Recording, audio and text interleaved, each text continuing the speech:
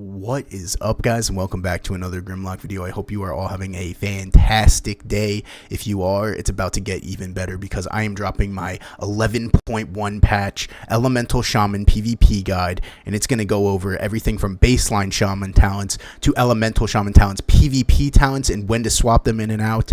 Also, our stat priority, gearing, macros, damage rotation, burst, and consistent. It's about to get real in here, ladies and gentlemen. If you like the video, make sure to drop a like, leave a sub, and comment down below that this is the best guide you've ever seen. Even if it isn't the best guide you've ever seen, it helps me grow substantially. I appreciate you all, and let's get right into it. Okay, so getting right into a baseline Shaman talents. This is basically the tree that I take almost all the time. There is some things we swap up, so I'm going to talk about that. But to get right into it, obviously we take our Astral Shift. This is our shield wall, massive major defensive cooldown, and it is a necessity to take this at all times. We baseline get Lava Burst and Chain Lightning, no big deal. Take Wind Shear, obviously this is our ranged kick, very important to have in PvP. I always take Plains Traveler. It makes my Astral Shift a minute and a half cooldown. Some things you can probably run this into Astral Bulwark, but most of the time the baseline 40% damage reduction is enough to get you by, and having a 30-second less cooldown on it is way more important than it being a 2-minute cooldown. I do take Thunderous Pause. Now, some people don't take Thunderous Pause. Some people take Cap Stun. Some people also might take like Short Hex or even Season Winds. It all depends on what you're fighting against. I like taking Thunderous Pause because it gives me a little bit more mobility, and I like to be able to be a little more mobile on Elemental Shaman. Now, we obviously take Frost Shock. Frost Shock is major important for our damage rotation as well as having a consistent slow. You'll see in our elemental side of the tree how important Frost Shock becomes, and I'll explain that in a little bit. We take Fire and Ice. This just increases all the damage of our Lava Burst, Flame Shock, everything. It's very good. 3% damage on a lot of our damage outside of Lightning Bolt. We also take Gust of Wind. There's occasions where you might want to take Spirit Walk, but 99% of the time Gust of Wind is a way more useful mobility option. You can fake people off of edges that are following you, etc., which is really nice. I will say having a 60% sprint on a minute cooldown is really nice, but Gust of Wind is like bread and butter. We take Brimming with Life. This just increases our maximum health by 10% in PvP, even though the reincarnation benefit of this does not apply in any form of rated content. Maximum PvP or maximum health increase by 10% is just too massive to give up. And it's our bridge to our Earth Elemental, which is also very important. I take Healing Stream Totem. Some Shamans do not take Healing Stream Totem, and instead they take Earth Shield and Elemental Orbit. It's all up to preference. You can take either Healing Stream or Earth Shield. I find more value in Healing Stream. Now, Elemental Resistance that comes off of Healing Stream is super important into some classes, and into other classes is absolutely useless. So, for instance, right now, into like a lot of Frost Mages, very nice having a 6% damage reduction versus Frost Mages at all times, basically, as long as Healing Stream Totem is out. But into a class like a Warlock or a Shadow Priest, this does absolutely nothing because it only reduces the damage taken by Frost, Fire, and Nature damage. So hopefully that helps. This also helps against other Elemental Shamans, which is really nice. We take Earth Grab Totem. This is really important, in my opinion, to have an AoE root. This keeps melee off of us. This also keeps people in our burst if we need them to stay in line of sight of us. Very nice, important ability in general. Also, this gets rogues out of stealth. So if you utilize it in an area and you happen to click on where a rogue is stealthed, it will bring them out of invisibility and you'll get them out of stealth. Same thing with feral druids. Pretty much anything that goes invisible. Hunters, it helps just getting things out of stealth, which is really nice. And you can Earth Grab Totem, and you can technically Totemic Projection the Earth Grab Totem and move it. So if you don't get them out of stealth first, you can Totemic Projection it and potentially get them out of stealth with the second placement of it, which is very useful because the Earth Grab, the roots pulse every 2 seconds. So, you put it down, it pulses, possibly rooting the rogue out of stealth. If it doesn't, you project it, and then another second goes by, and boom. It pulses again and possibly gets them out of stealth, which is really good. I take Greater Purge. I just don't seem to have enough globals to be able to press Purge all the time, and being able to immediately purge off 2 things is super beneficial. I basically just spam Greater Purge off cooldown. Yeah, so I don't really take normal purge anymore. I think greater purge is just the way to go. Earth elemental is really good. This increases our maximum health by 15%, and with primordial bond, it also makes it so that we take 5% less damage while earth elemental is active. And earth elemental is active for a minute and a half almost, which is pretty nice. Actually, it's like a minute and 12 seconds, but still. A minute and 12 seconds of 5% damage reduction, stacking with the elemental resistance. I mean, you're talking about a 10% plus damage reduction at all times. Very good. Okay, moving down to this row. Like I said, Cleanse Spirit can be taken into some things, mainly other shamans. It depends. You know, versus Affliction Warlocks, it's really important because you can get off Agony with this. It also removes... what's it called, like Curse of Tongues, Curse of Exhaustion. So it removes very specific curses. Hex is considered a curse though, so this is very important to take versus other shamans. I forget to do that all the time, so don't be me. Moving on to Tremor Totem. Everybody knows what Tremor Totem does. Basically, it's an AoE that removes fears, charms, and sleeps from party and raid members. So this gets your healer out of fears potentially, or yourself out of fears. And with Totemic Recall, we can Tremor, it'll die, and then we can Totemic Recall and Tremor again. Very nice to deal with things like Shadow Priests and Warlocks, etc. Also, this works versus Evokers with their Sleepwalk. Now that they have Spam Sleep, it's even better into them because it removes the Sleepwalk. Super good. Nature's Guardian. This is an insanely strong defensive, especially when you're playing Farseer, because it procs every 30 seconds instead of every 45 seconds with the Natural Harmony talent. And it heals us for 35% of our maximum, or 30% of our maximum health, sorry. 30% of our maximum health every 30 seconds, which is just insane. That's very good. And like I said, Earth Elemental increases your maximum health by 15%. So say you dropped to 35% health with an Earth Elemental active, you actually get healed for even more than if you didn't have Earth Elemental active. We take Nature's Fury. This just increases the critical strike chance of our Lightning Bolt and Earth Shock, basically. Yeah. It says your nature spells and abilities by 4%. So pretty much anything nature, 4% increase on crit, which also stacks with Flash of Lightning, which is the elemental side of the tree. So basically our Lightning Bolt has like a 20% chance to crit, which is really nice. Elemental Warding, this just reduces all magical damage taken by 6%. And now there is way too many things in this game that do magical damage to just not take this. And also this is our bridge to Spirit Walker's Grace, which is very important. Okay, yeah, so we take Elemental Warding, take Hex. Hex is our only form of crowd control outside of Lasso. And basically if you took Cap Stun, and Hex is very good because like I said, it's a curse. So if you use it defensively, a lot of the healers in the game cannot dispel this off their teammate, which is awesome. I will say it kind of sucks that other DPS classes in the game can dispel it, like unlike normal magic effects. But yeah, it's really good defensively in my opinion. It's good offensively too in the right application. I already talked about Primordial Bond. Spirit Walker's Grace. Now Spirit Walker's Grace allows us to move while casting. But with Spirit Walker's Aegis, we're able to give ourselves an Aura Mastery, which is super important because we play Stormkeeper, and sometimes you really need to get off Stormkeeper, and in order to cast it, it's like interrupted off cooldown. So this just allows you to pretty much freely cast it as long as you don't get stunned, which is really nice. So yeah, having an Aura Mastery and being able to move while casting, super solid. We have Thunderstorm. Thunderstorm's obviously our knockback. Very good knockback. I also take Traveling Storms, which allows me to use it on allies, which is really nice to peel for allies. But it also makes the Thunderstorm knock even further. So even if you cast Thunderstorm on yourself, it makes your Thunderstorm knock 25% further, which is really far. Totemic Focus. This increases the range, the radius of all my totems. So say I don't have Totemic Focus, the AoE of Earth Grab Totem or the AoE of Tremor Totem, etc. Is a lot smaller. So that's huge. It also increases the duration of our Earth Grab Totem by 10%. So usually the totem lasts 20 seconds. It lasts 30 seconds with Totemic Focus, which means you can actually Earth Grab Totem, and if they don't kill it, it stays up the entire time, and you can Earth Grab Totem again before it goes away, which is really strong. So yeah, it just increases the duration of totems and increases the radius. We take Enhanced Imbues. This makes our Flame Tongue more effective, which is really nice because Flame Tongue increases our fire damage. We take, like I said, we take Spirit Walker's Aegis for the Aura Mastery. Lightning Lasso. This is a stun that we can use while moving. We have to channel it though, but it is a very good stun because it's a range stun and it lasts 5 seconds, which is solid.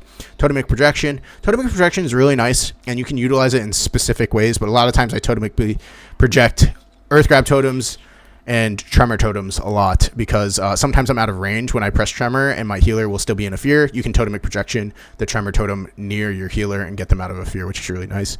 Totemic surge, this just reduces the cooldown of totems in general, which is really good, because totems are love, totems are life.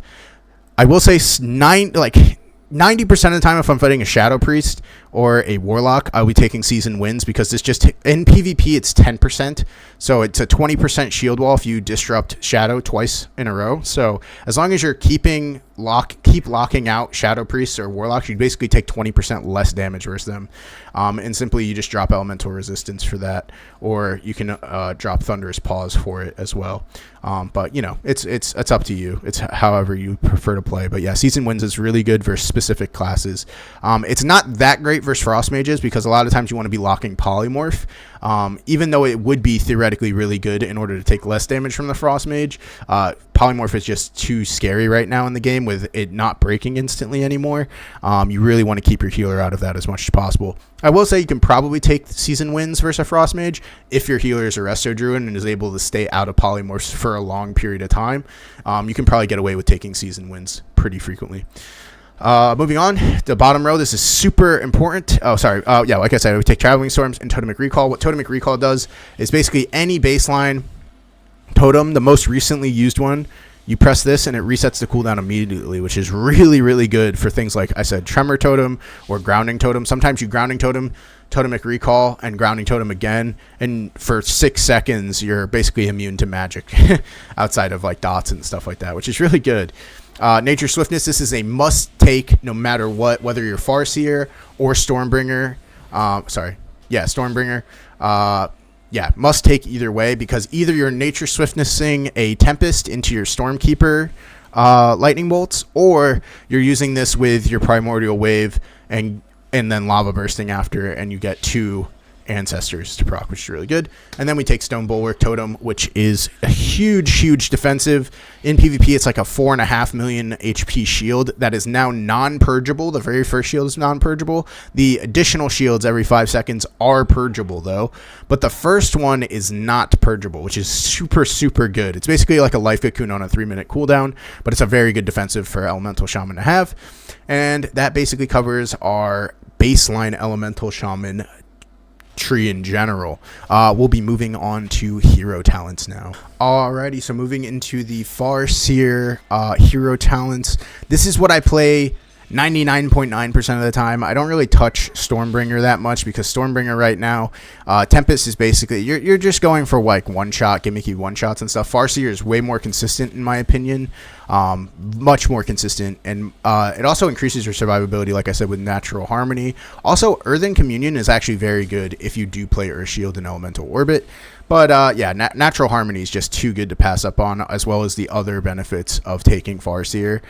There's some things that are pretty good about Stormbringer, but most of the time it just revolves around doing a little bit more burst damage, and I sacrifice burst damage for consistency in my opinion. I think it's just better to play the game like that. So yeah, it's Farseer. We have this thing called Call of the Ancestors, and the way this works is when you Primordial Wave, you call an Ancestor to your side for 6 seconds, and that Ancestor basically spams Lava Burst over and over and over again. It can also spam a healing spell on you, like Healing Surge, depending on what you're doing at the time. So if I'm Healing Surging myself, my Ancestor will also be Healing Surging me for about 25% effectiveness, which is really nice. It's basically an extra 25% on my healing and also an extra 25% on damage, but it does blast damage pretty hard. I see it doing anywhere from 300 to 450k basically a hit, and that's just one Ancestor. Now you can proc up to 2 Ancestors at a time, which is really good, and I'll show you how to do that in a little bit. But Primordial Wave calls an Ancestor, and also throughout the tree you'll see there's things that proc more Ancestors. So moving on here, we have Ancient Fellowship. This is what I take. I do not take Latent Wisdom, though I do think Latent Wisdom can be good, because like I said, the Ancestors do anywhere from 300 to 500k damage a hit, 25% more powerful on that. Obviously you're looking at like anywhere from, you know, I don't know, like 620k or something like that, or 500 to 620k or something like that, which is pretty good per hit, which is pretty insane actually. But Ancient Fellowship is, again, something more consistent. When your Ancestors depart, they have a chance to summon another Ancestor in their place, which is really good, because just having an extra Ancestor for free is just consistent damage all over. I do take routine communication. Basically what this does is makes our lightning bolt, lava burst, chain lightning, ice fury, and frost shock all have a chance to proc an ancestor by our side. And because we're spamming out damage all the time, you get ancestors pretty frequently. I would say you get an ancestor proc every like 10 to 12 seconds, maybe somewhere around there. Elemental reverb is just you have to take this basically. Lava burst gains an additional charge, deals 5% more damage. Offering from Beyond. This is actually very important. When an ancestor is called, they reduce the cooldown of Fire Elemental or Storm Elemental by 5 seconds. So because our Storm Element or Fire Elemental has a 2.5 minute cooldown, this is very important to reduce the cooldown down to a reasonable time to use it off frequently. Primordial Capacity increases our Maelstrom by 25. Spirit Walker's Momentum. Using spells with a cast time increase the duration of Spirit Walker's Grace and Spirit Walker's Aegis by 1 second, which is it's our Aura Mastery. So if I cast Spirit Walker's Grace and I spam Healing Surge on myself, every time I Healing Surge, I'm increasing the duration of my Spirit Walker's Aegis by 1 second up to a maximum of 4 seconds. So I can cast 4 Healing Surges, and my Aura Mastery doesn't decrease in duration at all that entire time, which is very nice. Very, very nice. Natural Harmony. Again, this reduces the cooldown of Nature's Guardian by 15 seconds and causes us to heal an additional 10% of our maximum health, which is super, super good. Every 30 seconds, I just get a massive heal if I drop below a certain health threshold. Increases the damage of Earth Shock, Elemental Blast, and Earthquake by 15%. Increases the healing of Healing Surge and Chain Heal by 15%. I mean, this is just insane. That's a really solid talent in general.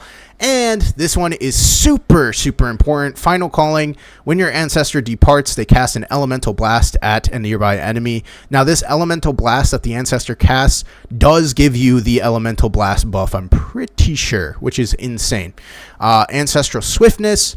This is basically something that replaces Nature Swiftness with a 30-second cooldown version of it, except on top of that, it makes the spell that you use Ancestral Swiftness on do 10% more damage or healing, which is very nice. So overall, Farseer tree is just a tree that I suggest going with in overall content. Now, if you want to do something crazy with a Stormbringer build, you can. I don't suggest it personally. I think Stormbringer is a little cheesy. There is builds out there that you can do that, and I think in another video where I'm taking this a little bit more fun and more focused around just gimmicky one-shots, I'll focus on Stormbringer, but for right now, we're just going to keep it on Farseer for right now, okay? And that just makes this a lot easier and less confusing. So yeah, this is my Farseer tree. Like I said, we take Ancient Fellowship, Routine Communication, and Natural Harmony. Those are the choice nodes. Those are what we take. And that is my hero talents. Moving on to our elemental side. Alrighty, so on the elemental side of the tree, we are starting off with Earth Shock. We do not take Elemental Blast. As tempting as it is and as fun as Elemental Blast can be, it is just not good in comparison to Earth Shock, especially with the way Deeply Rooted Elements works now. We want to be able to spam out as much Maelstrom as possible in short windows.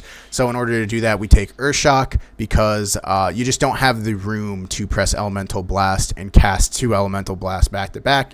If you did, you'd most likely get kicked on it, and then you're locked out of everything because Elemental Blast locks Elemental, which is a whole entire different spell school that locks you out of all your spell schools, which is really bad. So we do take Earth Shock, as fun as Elemental Blast is. Moving on, I take the cast at spell at location Earthquake because you're allowed to basically, so say a healer is going for a drink, a lot of times I'll Earthquake behind the pillar in order to keep them in combat. It also might knock them over. It has a 5% chance to knock them over. Whereas the other Earthquake casts at your spell target, so you don't actually have to target the ground. But this does not allow you to target people through walls, right? So I specifically like to take the cast at spell specific location version of Earthquake. We take Elemental Fury. I take Fire Elemental for my build. I do know there's builds out there, specifically Stormbringer builds that take Storm Elemental. We take Fire Elemental for Farseer. Flash of Lightning. This increases the critical strike chance of our Lightning Bolt and Chain Lightning by 10%, which, like I said, stacks with Nature's Fury as well as our baseline crit, giving us a total combined crit chance of around 20%. And somehow my Lightning Bolt still never crits. But either way, moving on. I do take Aftershock. This is a change from a Dragonflight build, something way different. We don't take Surge of Power anymore. I think Aftershock is too important, especially, like I said, again, with the way Deeply Rooted Elements works. You want to have as many Earthshocks back-to-back as possible, and if you have Aftershock proc, allowing you to Earthshock again, it is way more valuable than anything else you could get. So Aftershock is super important for our build, as fun and as much as I love Surge of Power. Because there's nothing better than Earth Shocking and then Frost Shocking and having an instant 6-second root. Feels so good. And also Surge of Power feels amazing with Lightning Bolt. Does not matter. Aftershock is super important. Moving on, I take Echo of the Elements. This just gives us a third charge of Lava Burst. Because, like I said, again, Elemental Reverb gives us a second charge. So this is our third charge. I take Ice Fury. Ice Fury is super good. It basically superpowers the next two, or next Frost Shock, and it can stack up to 2 times. Ice Fury itself does a lot of damage, which is really nice. And it also generates a lot of Maelstrom, which is just pretty cool. In comparison, to give you an example, Lava Burst gives you 8 Maelstrom. Ice Fury actually generates 12 Maelstrom, which is a really big amount of Maelstrom for something that's instant cast. So very important to spam out your Ice Furies when you can. We take Stormkeeper, which is a huge crucial point of our burst damage, and I'll explain how to do that in a second. Take Master of the Elements. This makes it so that when we cast Lava Burst, the next damage or healing of our nature, physical, or frost spell is increased by 15%. It's super important to note, it is important to Lava Burst before you Healing Surge. It's also very important to Lava Burst before you Stormkeeper Lightning Bolt, and very important to Lava Burst before your Earth Shocks, because all of those do tremendous more damage or healing with Master of the Elements. We take Fusion of the Elements, which basically makes it so after we cast Ice Fury, it says the next time you cast a damaging nature or fire spell, you additionally cast an elemental blast at your target for 60% effectiveness. But I found with testing, there's like a 1 second internal cooldown on this. So if you cast Ice Fury and then you immediately cast a Lava Burst, it will not cast out that elemental blast immediately. Most of the time, it takes me 2 casts of something. So a lot of the times I'll cast Ice Fury, Lava Burst into an Earthshock, and the Earthshock procs the Elemental Blast, which is really nice. And you get the Elemental Blast buff for casting or for getting this proc, which is really, really important because, again, Elemental Blast has a chance to increase our critical strike, haste, or mastery by a lot, which is huge stat prio, which is nice. So definitely want to get as much use as possible out of Fusion of the Elements. Get used to casting your Ice Furies into Lava Burst or into Earthshock, or Lava Burst, Ice Fury, Lava Burst, Earthshock. That's a very good way to do it. But either way, moving on, we take Swelling Maelstrom. This just increases our Maelstrom and increases the damage of our Earthshock by 5%. Primordial Fury. This makes it so that when we crit with spells, we do even more damage with the crits, which is super huge. And this also applies to Lava Burst at all times because Lava Burst crits as long as you have a Flame Shock up on your target, so that's really good. Fury of the Storms. This makes it so that when we cast a Stormkeeper, it summons a powerful Lightning Elemental to fight by my side for 12 seconds. Now, the Elemental is good. It does like 200k damage every single time it hits, and it's an AoE damage. It does Chain Lightnings. But the main reason we take Fury of the Storms is because we take Elemental Unity, and what Elemental Unity does is when we have a Storm Elemental, our nature damage is increased by 10%. So when we Stormkeeper, we get an Elemental. That Elemental increases our nature damage by 10%. You see where Elemental Unity is really good. Now, when we have a Fire Elemental active, we get 10% fire damage increase, which helps because we also have Fire Elementals proccing from our set bonus. It's just really good overall. Elemental Unity, I really love the talent. Lightning Capacitor, this just increases our nature damage dealt by 8% while Lightning Shield is active, which is all the time. It's non-dispellable now, so yeah, Lightning Shield's good. Improved Flame Tongue Weapon, this just increases the fire damage our fire spells do by 6.5%, which is huge. Increase the duration of elementals. This is good. I don't think it's necessary, perhaps, but it is very good because this makes our fire elemental stay out for longer, which means our fire elemental is going to increase our damage our fire spells do for a lot longer time period, right? But you could technically sacrifice this for some other talent potentially and get a lot of value out of it. Maybe even Flux Melting. Flux Melting is really good because being able to Frost Shock into a Lava Burst and doing 20% more damage with the Lava Burst is kind of insane. So I might mess with that a little bit. But yeah, Everlasting Elements feels pretty good. I probably will end up swapping that. I'm not 100% sure yet, but yeah, that's something to consider. We take Earth Shatter. What Earth Shatter does is it increases the damage our Earth Shock does by 8%, but it also increases the stat bonuses granted by Elemental Blast, which we get from this proc, and we also get from Final Calling by 25%. So we get a lot of stat bonus from this one talent, which is really nice. Take Echo Chamber. This just makes our elemental overloads do 40% more damage, which is included in the Stormkeeper lightning bolts, which is really nice. So this just makes our Stormkeeper lightning bolts do even more damage. Take Flames of the Cauldron. Now, Flames of the Cauldron is our pathway to Primordial Wave. It's also just good in general. It makes your cooldown on Flame Shock a 4.5 second cooldown instead of a 6 second cooldown. It makes Flame Shock deal damage faster, so you get more procs more frequently. It's just good in general. But moving on, we take Elemental Equilibrium. Now, the way Elemental Equilibrium works is it says dealing direct fire, frost, or nature damage and nature damage within 10 seconds of each other will increase all the damage you deal by 10% for 10 seconds. A lot of tens. And it can only occur every 30 seconds. So this is important to note. In the beginning of a game, do not press Frost Shock because your Lightning Shield triggers the nature version of it. 90% of the time your first global is Earth Grab or Flame Shock.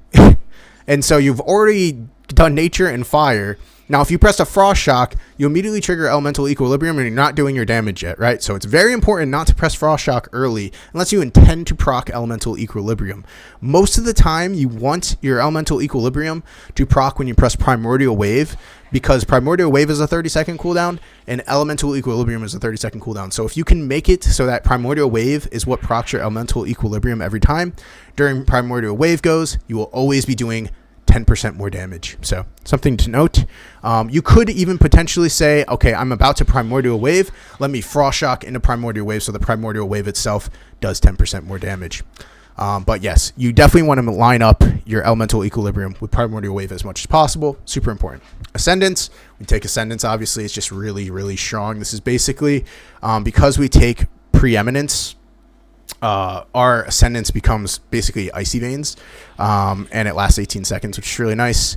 And on top of that, it also spreads our Flame Shocks and deals Lava Bursts and increases our Elemental Overload damage, which benefits our Lightning Bolt from Stormkeeper by a tremendous amount. And yeah, I'll show you how to burst with this and the proper burst rotation so you can get it down. Primordial Wave, super, super, super strong. They buffed it recently for a ridiculous amount, and now it does anywhere from like 1.8 to, it does like anywhere from like 1.5 million to upwards of 3.5 million damage to each target the Primordial Wave hits, which is crazy. I've hit a single Primordial Wave button cast, and it hit 3 targets, and I do over 10 million damage with it. I've done that multiple times. It's insane. Very good button. And it grants you Lava Surge. So the second you press Primordial Wave, you also get a use of Lava Burst immediately. And I like to macro Primordial Wave with Ancestral Swiftness because they're both 30-second cooldown. And Ancestral Swiftness gives my Lava Burst an instant cast, so I can Primordial Wave, Lava Burst, say Earth Shock, Lava Burst, Earth Shock, which is really nice, you know. Okay, like I said, we take Preeminence, which gives us a ridiculous amount of haste. And the reason why I would take Preeminence over First Ascendant, in my opinion, is just because we get Deeply Rooted Element procs. And when we get Deeply Rooted Elements procs, you want to get that 20% increased haste on that. It's just way too good to bypass, in my opinion. First Ascendant is good, though, because it makes a 2-minute cooldown instead of a 3-minute cooldown, so you have more consistent Ascendance goes, but the Ascendance is less powerful. So I personally like Preeminence more. It's more consistent, in my opinion. Erupting Lava, super important. This increases the duration of our Flame Shock by 6 seconds, which brings it up to 24-second long duration outside of Fire Elemental. If you have Fire Elemental, it's actually like a 48-second long Flame Shock, which is insane. But Lava Burst consumes up to 3 seconds of Flame Shock, instantly dealing that much damage. Now, Lava Burst overloads benefit at 50% effectiveness. So, say I Lava Burst and I get 2 overload procs on that. That Lava Burst and the overloads just consume 6 seconds of my Flame Shock. So it is very important if you're playing Erupting Lava to keep focus on if your target has Flame Shock or not, because you will eat your own Flame Shocks alive. Sometimes I cast Lava Burst 5 times, and if I get, like, say, an instant proc, another instant proc, and then I hard cast, and then an instant proc, and then I hard cast, and an instant proc, I will literally eat my entire Flame Shock off the target. So you have to make sure you're maintaining your Flame Shocks on your target if you're playing up Erupting Lava, but it does do a lot of damage, and it basically helps your damage over time, which is really good. We do take Splintered Elements. This makes it so that we get a Bloodlust pretty much every time we Primordial Wave, which is really good. And I'll show you guys how to utilize Primordial Wave in the best way possible when we talk about our damage rotation. We do take Deeply Rooted Elements. The way Deeply Rooted Elements works now is way different than it worked in Dragonflight. Back in Dragonflight, Deeply Rooted Elements procced on your Lava Burst casts at an 8% rate per Lava Burst. Now, each Maelstrom spent has a 0.12% chance to activate Ascendance. Now, as you can see, our Urshock is a 60 Maelstrom cast. But we have 175 Maelstrom. So if I'm capped out on Maelstrom, I can cast Urshock nearly 3 times, right? But if I get Aftershock procs, I can definitely cast it more than 3 times. And on top of that, you know, you're getting consistent Maelstrom from your Flame Shock ticks and stuff. So most of the time, if you have capped out Maelstrom, you're going to be able to cast Urshock 1, 2, 3 times, and then Aftershock maybe 1 or 2 more times. So 5 Urshocks back to back potentially, and each one of those Urshocks has a chance to proc Ascendance, which is really, really strong. Very good. And I like to call it fishing for Ascendance, but if I have maxed out Maelstrom and I'm about to like Stormkeeper, a lot of times I'll Stormkeeper and then I'll spam out my Urshocks and see if I can proc my Ascendance. And if I don't, it's alright. And if I do, it's still alright. And the reason also you want to spam out your Urshocks before you press your Lightning Bolts with your Stormkeeper is the Lightning Bolts from Stormkeeper give you like 40 Maelstrom total because it overloads so many times. And a lot of times you're doing Lava Burst into it. So it's like the Lava Burst also overloads. You get Maelstrom from that. You get the Maelstrom from the Lightning Bolt. You Lava Burst again. And then you get the Maelstrom from the Lightning Bolt again. So a lot of the times you generate like 80 Maelstrom anyways during your Stormkeeper window. So you want to gun through a lot of your built up Maelstrom anyways. So yeah, that's how I play around that. Either way. I take Primal Elementalist. This is not something everybody takes. I like Primal Elementalist, and in the macros, I'm going to show you how to get your most value out of Primal Elementalist. But Primal Elementalist is really good with our set bonus because when our set bonus jackpot procs, it does summon a Primal Fire Elemental, which is really nice. And I'll explain that a little bit. And then Liquid Magma Totem. Basically, all Liquid Magma Totem is an AoE Flame Shock. What's it called? Burst. I did want to talk about this a little bit. I was talking with my friend Lil K, shout out to Lil K, about it, and basically it applies Flame Shock to 3 nearby enemies, right? 3 targets. Now we were trying to see how much haste you can actually benefit from Splintered Elements, and you can benefit more than the 24% we were thinking, or 22% we were thinking. It's just that every time we tested it, we tested we just Flame Shock Liquid Magma Totem into Primordial Wave, and I didn't realize all Liquid Magma Totem did was apply to 3 targets. So instead of applying more than 4 Flame Shocks, we were just applying 4 Flame Shocks and then Primordial Waving. So yeah, that makes sense. But yeah, you can have Flame Shock on up to 6 targets.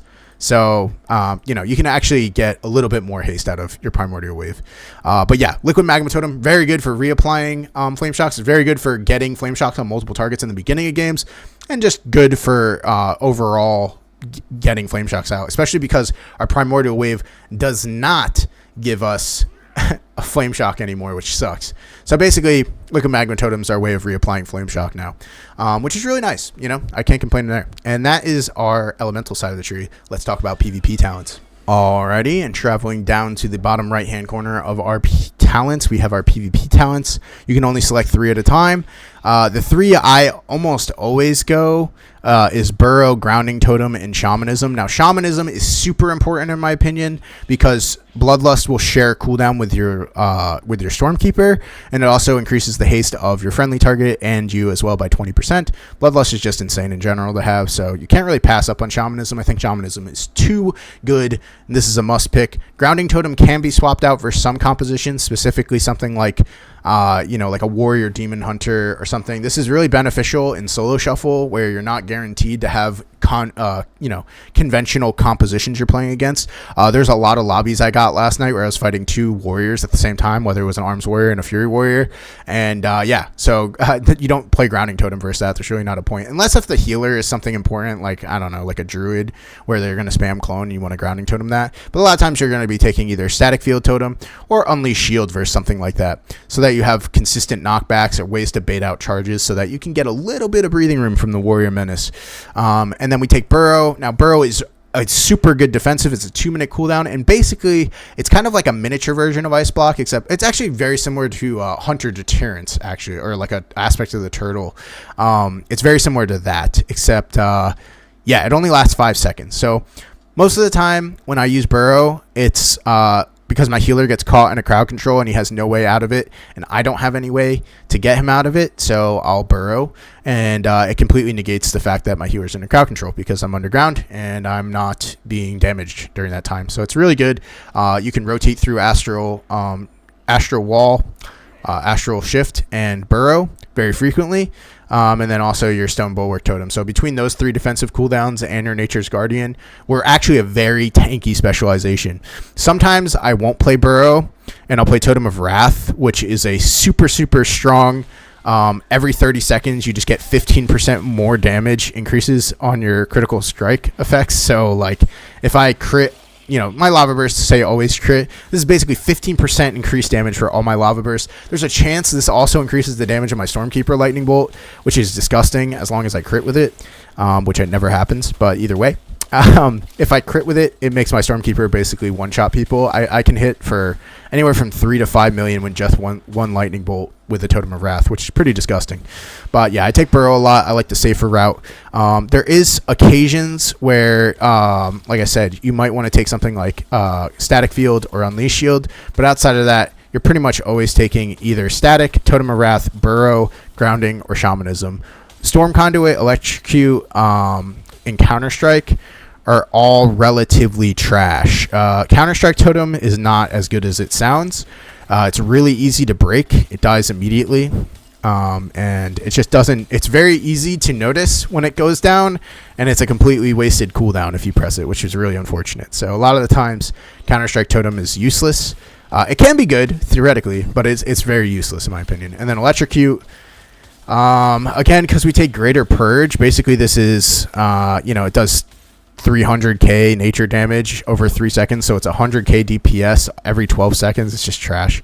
Electrocute sadly just does not do enough damage to make it valuable. Storm Conduit does have a value. I think Storm Conduit can be played if you're playing Stormbringer. Because if you're playing Stormbringer, you're going to be lightning bolting a lot more, and you're going to have Storm Elemental out. And this helps reduce the cooldown of all of your defensives, including Wind Shear. So you can actually Wind Shear, and then Lightning Bolt, Lightning Bolt, Lightning Bolt, Lightning Bolt, and Wind Shear again, and Lightning Bolt, Lightning Bolt, Lightning Bolt, which is really, really strong, right? So you can constantly be kicking things. And also, when you get kicked on Lightning Bolt, it reduces the duration of the interrupt. So Storm Conduit with Stormkeeper or Stormbringer is very good. But outside of playing Stormbringer, I don't think Storm Conduit should be played ever. But yeah, that's our PvP talents. I hope everybody kind of understands that from what I was showing. But yeah, that's what I suggest. Alrighty, and this is the section of the video where I get to talk about our lovely burst rotation and just consistent damage rotation. It's a very simple burst rotation in my opinion, but it does take proper cadence and setup. You can't kind of mess up the steps or else you're going to ruin a lot of your damage, and I'll try to do my best explaining how to do the damage the way I suggest it. I am going to talk about 2 macros really quick, even though this isn't the macro section of the video. I do macro Bloodlust with my Stormkeeper. This is not suggested. I suggest doing this if you're not used to playing with Bloodlust, or you're just getting into Shaman. This isn't bad, but realistically you want to have Bloodlust and Stormkeeper be 2 separate button presses, because you want to technically you want a Stormkeeper before you Bloodlust, but I just don't have the keybinds for it. So eventually I'll get there, I guess. But yeah, right now I don't like the keybinds for it, so I just have Bloodlust macroed into Stormkeeper. Not the end of the world. Basically, this makes it so that every single time I press Stormkeeper, I Bloodlust my teammate and myself, and so yeah, I benefit from that, and you'll see how that works. And then also Prim Wave, I have macroed to cast Ancestral Swiftness and then cast Primordial Wave. Super important in my opinion. I think this one is like a must pick, because every time I cast Prim Wave, it's going to give me Nature's Swiftness.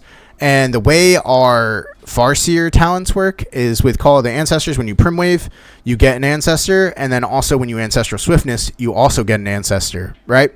So when I Primwave now with my macro, every time I'm going to get 2 Ancestors immediately, which is super, super strong because you're just doing a ridiculous amount of damage with that. So those are 2 very important macros in my opinion, at least in my opinion, to push up the...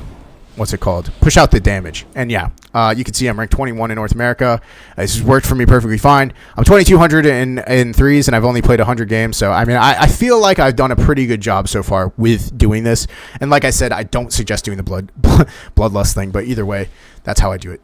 So, main things to think about when playing Elemental Shaman, you want to keep your Flame Shock up on your primary target, but you also want to try to spread your Flame Shocks as far as possible. So, pretty much anything in sight, whether it's pets, other players, pretty much everything, even healers, you want to just toss a Flame Shock up on. It's very important. Now, Flame Shock is really good. A lot of times I'll Flame Shock one target. I'll Flame Shock, a group of other targets with Liquid Magma Totem, and then I'll go for my burst. Now, it's not the end of the world if you go for your burst and your main target gets Flame Shock dispelled, because Ascendance, when you press Ascendance, it immediately applies Flame Shock on up to 6 nearby enemies, which is the total of Flame Shocks that can be applied. So even if nobody has Flame Shock applied to them, you can press Ascendance and it will put it on everybody possible as long as they're in range, right? Or in line of sight. So don't be too discouraged if you go to press Flame Shock, it gets dispelled, and you press the Flame Shock again and it gets dispelled again. You still should go for your burst. And so the way we're going to do our burst, I'm going to have a blocking appear, I think, in the guide. But basically, you want to put Flame Shock up. Normally, I cast out like a Lava Burst or 2 just to build some Maelstrom. And then the way I do my burst specifically is I Spirit Walker's Grace, I Bloodlust Stormkeeper, or Stormkeeper into Bloodlust. It's probably better to Stormkeeper into Bloodlust. But either way, I Bloodlust Stormkeeper. And then I Ascendance into Primordial Wave, Lava Burst, Lightning Bolt, Lava Burst, Lightning Bolt. If I get an Ice Fury Pock, I Ice Fury, Lava Burst into an Earthshock. If I don't get an Ice Fury, I just Lava Burst into Earthshock until I get Ice Fury. I hope that is understandable. Hopefully that's not too much. Again, I'm going to write the whole chain up top here so you guys can follow it directly. I'm also going to show you right now. So, Flame Shock, my main target. Liquid Magma Totem, my off targets. Spirit Walkers, Bloodlust, Ascendance, Primwave, Lava Burst, Lightning Bolt, Lava Burst, Lightning Bolt. I didn't get an Ascendance proc, or Ice Fury proc, so you can see I'm just spamming out my Lava Burst into Earthshocks, right? And again, you want to make sure you're keeping your Flame Shocks up because Erupting Lava will eat it alive. And as you can see, I just did like 4 mil DPS, pretty much single target outside of my Ascendance. Yeah, and you can see how our damage spreads, right? So this was 2 casts of Lightning Bolt. It did 14 million, and not a single one of my Lightning Bolts crit. Not one. Not a shocker. This never happens for me. And then Lava Burst is doing anywhere from like 1 mil to 2 mil damage. A Lava Burst. Primordial Wave also didn't crit. This is pretty standard damage, 1.6 mil to 1.7 mil. And it hits any target with Flame Shock on it. And then our Earth Shocks are hitting anywhere from like 1.6 to 2 mil as well. So again, just to show you guys, this is what a 1 minute go looks like for Elemental Shaman. Is you're going to Flame Shock, Liquid Magma Totem, Bloodlust Stormkeeper, Primordial Wave, Lava Burst, Lightning Bolt, Lava Burst, Lightning Bolt. We get an Ice Fury proc, so we Ice Fury, Lava Burst, Earth Shock. Ice Fury, Lava Burst into a possible Earth Shock if you can. And that's what our 1 minute goes look like. And you can see I'm doing like 2.5 million. There is some importance to utilizing Fire Elemental at the right time because of the way our set bonus works. You want to get as much benefit out of the 4 set as possible. Now, when we use Ascendance, we guarantee proc or jackpot, which procs our 4 set. But after your first couple of burst rotations, like the Lava Burst into Lightning Bolt, Lava Burst into Lightning Bolt, you might want to press your actual Fire Elemental because then you'll re-proc your 4 set again, and you'll be doing 15% more damage again, which is really good. So to keep that consistently going, I will say I want to get into the habit, and it's something that I've struggled getting into the habit of doing, is saving my Fire Elemental for my second go, which is my my 1 minute go. So this is what my 1 minute go should look like: is Stormkeeper, Lava Burst, Primordial Wave, Fire Elemental, Lava Burst, Lightning Bolt, Fire, you know, that. Sorry, it's really hard to say at the same time. But you want a Fire Elemental before you Lava Burst, Lightning Bolt, Lava Burst, Lightning Bolt. And that'll give you your 4-set proc. You can see how much damage these Lightning Bolts did. And yeah, it wasn't even that good of a train. But yeah, so like you can see, pretty solid 1 minute go damage. Our 30-second goes, which should be every 30-second, is you want to keep Flame Shocks up on your target, and all you're doing is Prim Wave into Lava Burst into Earth Shock into Lava Burst into Earth Shock. And that's all you're doing. It's just spamming that back and forth. And again, like I said, as long as you're not proccing Elemental Equilibrium outside of your go, or outside of your Primordial Wave, you'll have it every single Primordial Wave. And that little 30-second go can easily kill somebody. I mean, you could see I did 19 mil damage in that short period of time. Of course, my Primordial Wave is a little bit pad, and so is Liquid Magnet Totem. So realistically, I did like 10 mil single target. But yeah, 10 mil single target on a 30-second go is pretty nasty, especially if you lock them in a stun or something like that. So yeah, every 30 seconds we have a very strong burst go. Now, I am going to show you the big burst go one more time, just so you guys can get an idea of what it looks like. So here it goes.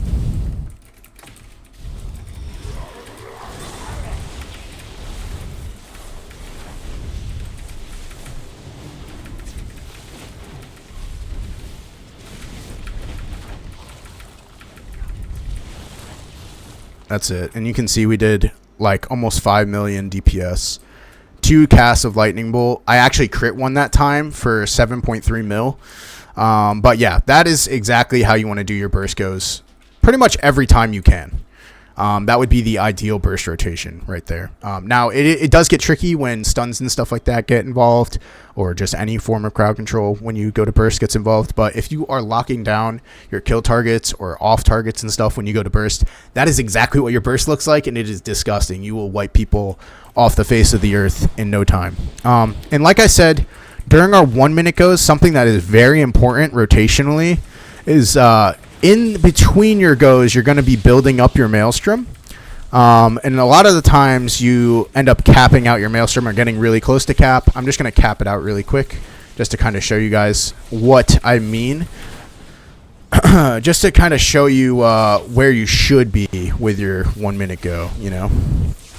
So let's just go here. So when we cap out our Maelstrom here, I'm going to get up to 175 right here. Okay, so I'm capped out on Maelstrom entirely. On our 1 minute go, our 1 minute go should look something like this, actually. I'm going to preemptively Stormkeeper, and I'm going to spam out Earth Shocks in hopes to get an Ascendance proc. But you won't get Ascendance proc every time, obviously, and then you just go for your go. But it is ideal to spam out your Maelstrom, because if you do get that Ascendance proc, it makes your Stormkeeper hit way harder. I mean, the difference between this Lightning Bolt cast compared to the Ascendance Go Lightning Bolt cast is literally like a couple mil difference. And again, this is with me not playing Totem of Wrath. Now, if I'm playing Totem of Wrath, I do even more damage with the crits. There's a chance that I actually crit for like almost 10 mil on the training dummy. So yeah, you do a ridiculous amount of damage in your burst goes, and your consistent damage just consists of keeping Flame Shocks applied and funneling through Lava Burst into Earth Shock into Frost Shock, Lava Burst, Earth Shock, Frost Shock, Lava Burst, Earth Shock, Frost Shock. Now, Frost Shock, you only really want to be pressing if you have Ice Fury, because then it makes your next Frost Shock hit harder. A lot of the times you're just pressing Lava Burst into Earth Shock. I will say I do suggest pressing Frost Shock over just raw casts of Lightning Bolt. I think the amount of time it takes to cast a Lightning Bolt, most of the time you can just get off 2 Frost Shocks. So you might as well just be spamming Frost Shock over and over again, and not risking getting kicked, unless if you're intentionally trying to get kicked, which is also possible. Yeah, that is our damage rotation. Either way, I hope you guys enjoyed that segment of the video. Moving on to macros. Alrighty, guys, it's time to talk about the macro section of our guide. Now, there's some very important macros, and I'll explain how they work.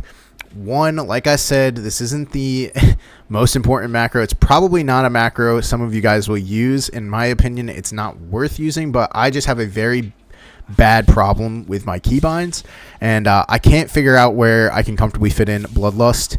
But I do suggest Stormkeepering into a Bloodlust if you can. But if you can't and you have limited keybinds, I highly suggest getting this macro, which is you slash cast Bloodlust at your teammate, and it's macroed into your Stormkeeper. So when I press Stormkeeper, I automatically Bloodlust as I'm Stormkeepering, and it just keeps my rotation very clean, very smooth, very easy, because Bloodlust is off global cooldown. You can see as I'm pressing this here, you see how Bloodlust, Spirit Walkers, all these right icons over here are off global cooldown.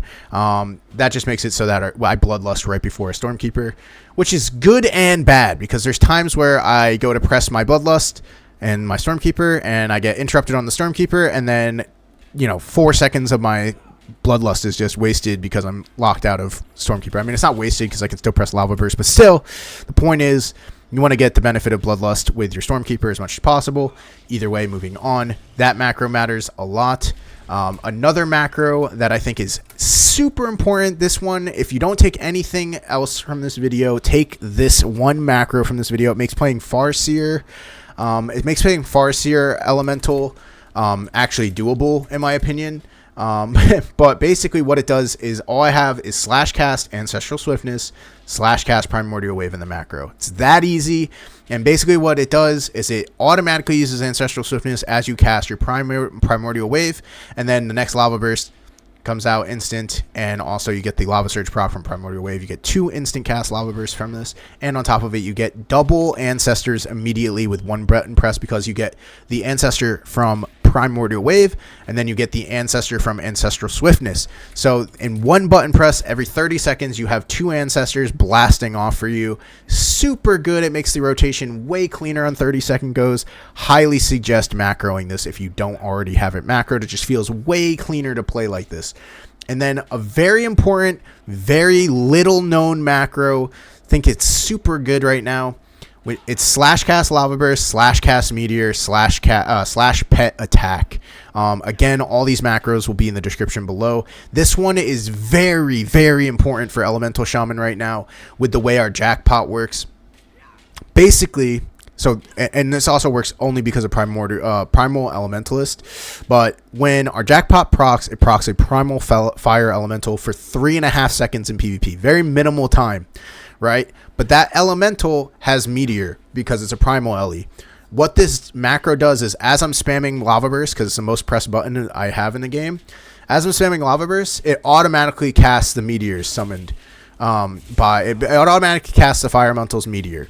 Now, because it's only a 3.5 second window, usually your mind, if you have it macroed to something else that you don't press a lot, you're not going to remember to press Meteor every single time your jackpot procs. It's also not something you track very frequently. It just procs randomly on any damage.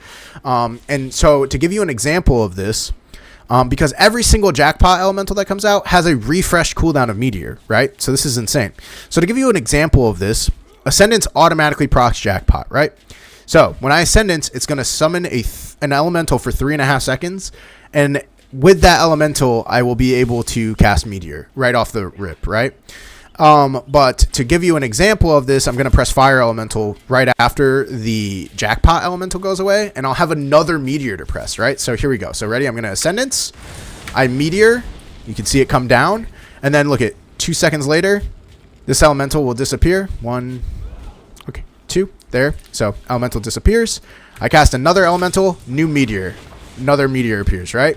Now, if I get a Jackpot proc, which would be super random, but if I get a Jackpot proc, as I'm casting Lava Burst over and over again, it will automatically cast down that Meteor again for me. I don't even have to keep track of it. There's nothing I have to do in order to maintain it. It's just anytime I get a Jackpot proc, it's going to immediately cast Meteor for me, which is really good because Meteor does anywhere from like 600k to 800k damage on average, which is 90% of the reason why I even play Fire Elemental or Primal Fire Elemental in general, right? So super important macro to have. It's very simple and it's very effective. And it doesn't affect your rotation outside of just adding an extra line of text into lava bursts, basically. So those 3 macros are super important. This one I just worked on, very important in my opinion. It's for Earth Elemental. So usually Earth Elemental, you can see right down here, it has a range on it. You see how it's red out right now? It has a range. So if I went into my spell book here and put Earth Elemental on my bar, say here, I could not cast Earth Elemental because I'm targeting somebody from across the arena. And for some reason it has a range on it. Even though it doesn't say you have to target anybody or anything, right? Earth Elemental has a range. But with this macro, and it's very simple, I target myself, slash cast Earth Elemental. You don't have to have it slash cast at yourself, but I do anyways. Slash cast Earth Elemental, and then I have target slash target last target. Now what this does is if I'm targeting somebody from across the arena, I'm out of range, I can still press my Earth Elemental and it'll immediately summon him while targeting somebody across the arena. No ifs, ands, or buts. This will help me substantially because in the beginning of games versus Rogue Mage Priest, for instance, a lot of times I'm targeting the Mage and I'll get either sapped and then my healer will get sapped and then I get cheap shot and I won't have an opportunity to cast Earth Elemental because I make the dumb mistake, how dare I, of targeting the enemy from across the arena. And it's very important versus certain compositions, like I said, versus Rogue Mage or any other comp, even like a Jungle Cleave or something like that, that you have Earth Elemental out because in the opener, you definitely want to have 15% more health as well as 5% damage reduction at all times. So yeah, it'll help in openers substantially, being able to just be able to press a button and my button actually work every time. So again, this macro will be in the description below. Those are very important ones. Some other important ones in my opinion are like Focus Greater Purge, Focus Wind Shear right here is very important. I have Stop Casting slash cast at Focus Wind Shear, and then I also have a Focus Hex macro. Basically what this does is it allows me to target one target, and as long as I have a focus, I can still cast spells on the other target. So if I'm targeting this guy and this guy's casting something, I can wind shear him. You can see my wind shear just went off on him. And I can also cast a hex on him. Obviously, I can't cast a hex on a training dummy, but it's just very simple focusing macros. Those are the main key focus macros you want to have. But yeah, outside of that, very simple. Because I play Traveling Storms, another important macro you might want is to have a separate keybind, which I have 2. So I have my Thunderstorm, which is for me, and then I have a at target, so at my teammate Thunderstorm. So if my teammate says, okay, I want to knock this guy, I can like press Control Q and it will knock on my teammate instead. So it'll automatically put my Thunderstorm on my teammate, which is really nice. Honestly, it helps substantially with getting good goes, and it allows your teammate to kind of incorporate stuff around it. There's also times where like I can target my healer, press Thunderstorm, instead of having to target my healer and press Thunderstorm, I could just press a keybind, press Thunderstorm, and it automatically thunderstorms around my healer, so it prevents like a rogue from stunning or something like that, you know, or a mage from casting around him. They never expect that kind of stuff, you know. A lot of times like a feral will go and bash my healer and go for a clone, and because he doesn't expect the thunderstorm off my healer, I can thunderstorm the clone cast and avoid that crowd control completely across the map, you know, like I could be 40 yards away from my teammate, which is really good. So just some macros to play around with. Now moving into the prioritizing of stats and gearing segment of the video. Hope you guys enjoy that. Alrighty, to go over gearing very quickly and very easily. Basically, we want to get a lot of haste, a little smidge of mastery, and a lot of versatility. Crit doesn't really matter much, but we get a little bit of crit anyways from our set bonus, our set pieces. But yeah, we want to focus on haste and verse, in my opinion, with a splash of mastery. We do get 4 set, and we get the helmet, the shoulders, the chest, and the gloves as our 4 set. Our legs will be either crafted eventually, or they'll be the world PvP pieces, because that's haste versatility, and we like that. Our necklace, I crafted a haste verse necklace, which is super good. I also, something very important, I don't get precog. Some people do get precog as the gem. Instead, I get the 5% damage reduction while affected by crowd control. I feel like that makes me way tankier versus classes like sub rogues, which I usually struggle with, and other classes like that, or like warriors. When they stun me, I take 5% less damage, which is very nice. I do get the Warmonger's Cloak, which is the World PvP Cloak. This will eventually be replaced with a crafted Haste Verse Cloak. I also get the World PvP Bracers, which is Verse Mastery. I actually like this because this splashes a little bit of Mastery. I'll probably craft these into Verse Mastery. I get the Verse Haste Dagger. I could technically craft a Verse Haste Dagger, like a Verse Haste weapon, and it would be better stat prio than this in my opinion, just because it would be more haste than Verse. And then I get the Bulwark, which is also Verse Haste. Again, you can probably craft this. Who knows? But either way, I like this because I get a decent amount of versatility, especially because I don't go the regular Gladiator's Haste Verse neck, which has like 1,000 haste and 4,000 verse. Instead, I go the equal stat Haste Verse neck. So this kind of helps me with versatility there. Again, we get the set bonus gloves, which is Verse Mastery. I get the World PvP belt, which is Haste Verse. Perfect. Haste Verse legs. We get crafted Verse Mastery boots. Now you can craft Verse Haste boots. It's all preference. Again, I like to splash a little bit of Mastery. I feel like I was peaking on my haste a little too much. And I wanted a little bit more damage, which Mastery provides a little bit more damage for us, which is really nice. It also makes us proc the overloads a little bit more. And then I crafted Verse Haste rings, and my embellishment is the damage one. So when my spells and abilities have a chance to proc damage based on whichever gem I have slotted, which I have the blue gem slotted, so it does like frost damage or something. But either way, yeah, I get double of that, so they do a lot of damage.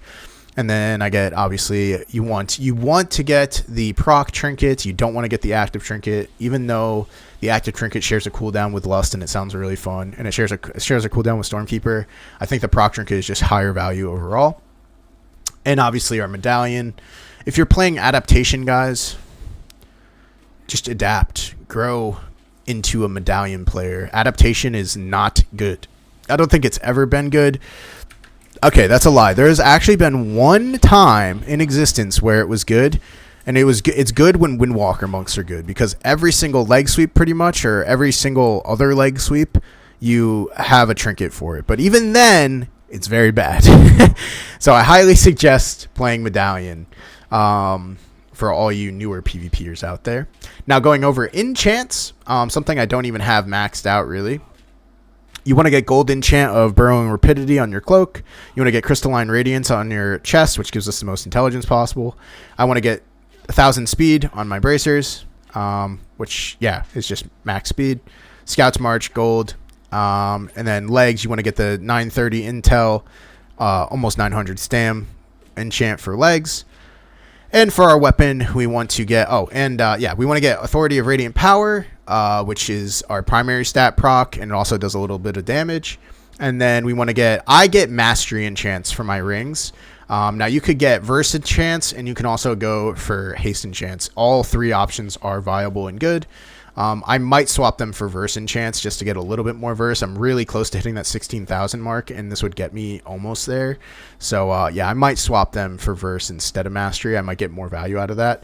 But yeah, that's what I do for now. And then I don't have full gems, but I'm going Verse Mastery for gems. A lot of people are just going Verse Haste for gems. I have a lot of haste, I feel like, so I go Verse Mastery for gems. Outside of, like I said, the damage reduction one. So I have Verse Mastery here, Verse Mastery here, and then I want to get it for bracers, belt, and rings. I have Verse Mastery here. But yeah, I'm missing some gems still, and I need to upgrade my enchants, but we don't talk about that. That's just the PvPer lifestyle. We don't have a lot of gold. I hope you guys enjoyed the guide part of this video. I am going to drop a couple of clips showing off how strong the damage really is from this spec. Showing off some one-shots, showing off just overall damage in general. I hope you guys enjoy that, and I hope to see you again soon. If you liked the guide, make sure to drop a like, sub to the channel. Also, check me out live on Twitch. The link will be in the description below and also in the comments. So, yeah, leave a comment. I'll talk to you guys soon, and hope you enjoy these clips. Peace. Wait.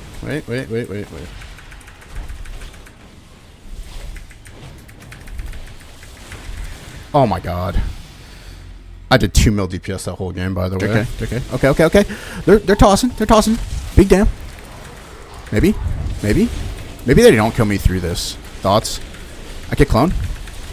Oh my god, that's what we're talking about, baby. That's what we're talking about. 2 mil DPS on the scene. Yo,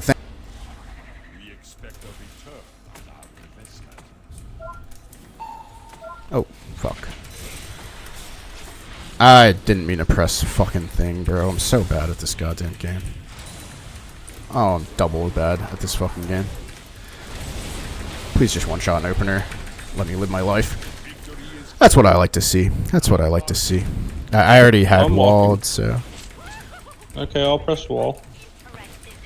I have Bloodlust. Get down here. Yeah, hit whatever you want to, man. I'm in, bro. I'm gonna kill. I'm killing this hunter in like 5 seconds. That was good. Can I move? Yeah. So I kill this hunter. I agree. Knocking that. Nice, thank you. Go. Nice. Oh, insane! Holy fuck! Get owned. Big damn. Yeah. No, we are definitely rusted, but. Not me, man. I'm dialed the fuck in now. Just kidding. Yeah. I just trinketed first global because of some reason. Very interesting, very interesting. And the most damage in the entire universe.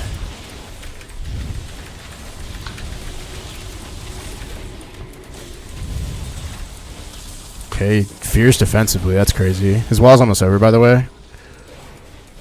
This game's almost over. I am not playing Hex Dispel, by the way. Sorry. You're on? Nice, huge. Big damn. When? I'm gonna do February.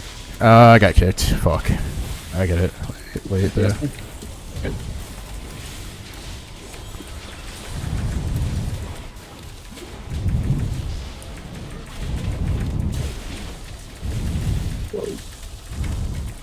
Oh my god. Warriors and white. Yeah. This guy's dead. No! So close. It's fine. Yep. I have my Bloodlust go to you in a second. I missed my kick. Awesome. Get mine. I threw the healer. Okay, huge. Kill. Kill, kill, kill. Nice. That was pretty easy. Win the game. It's Robot and Nos. Do not care. Does not matter at all. Nice, nice.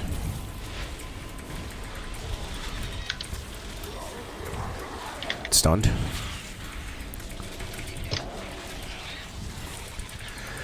Oh my god, I can't play the game. Okay, nice. Oh, this crap. I'll wall them. I was gonna try to make it eat the trap, but it just didn't work. Yeah, no, it was really good. A lot of damage here. I kicked him. No, he didn't. What the fuck? He's still dead. This warlock is dead on my screen. Playing tanky shit. Oh, very good. Harmful. Hansel. Hansel. I'm sapped. I got combat. Combat. Oh shit. Very nice, very nice. Sapped again. They free? I'm an angel. Nice. If he born, if he divine him. I divine him. Okay. Through it. Nice. I got you still. Okay. I got out. I got out. Crushing this guy. Oh, nice. Nice. I'll wall here. Yeah, that's good. Kill. Oh my This god. is so good. Oh, I got another Ascendance proc here. Kill, kill, kill, kill, kill. Oh my god. So fucking close. Stunning the rogue. Through the healer. Nice. We're up this guy. Trying to get towards him.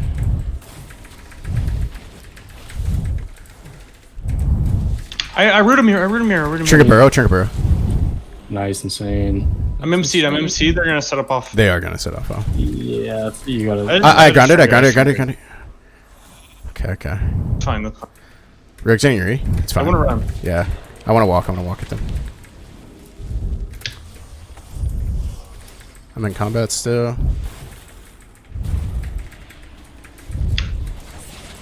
I disarm this before they go. Dude, walk LS here. Walk LS here. Yeah, yeah, yeah. I'm trying. Last egg. I get poly or thing. I see. They're setting up on me. I have nothing, by the way, nothing for right now. So very scared. It's probably over. Oh, it's no, like- okay. I'm MSD, I'm MSD, I'm MSD. I trinket. Well, yeah. This one. Nice. I just have to out damage Rogue. They sent on me. You're fine, I promise.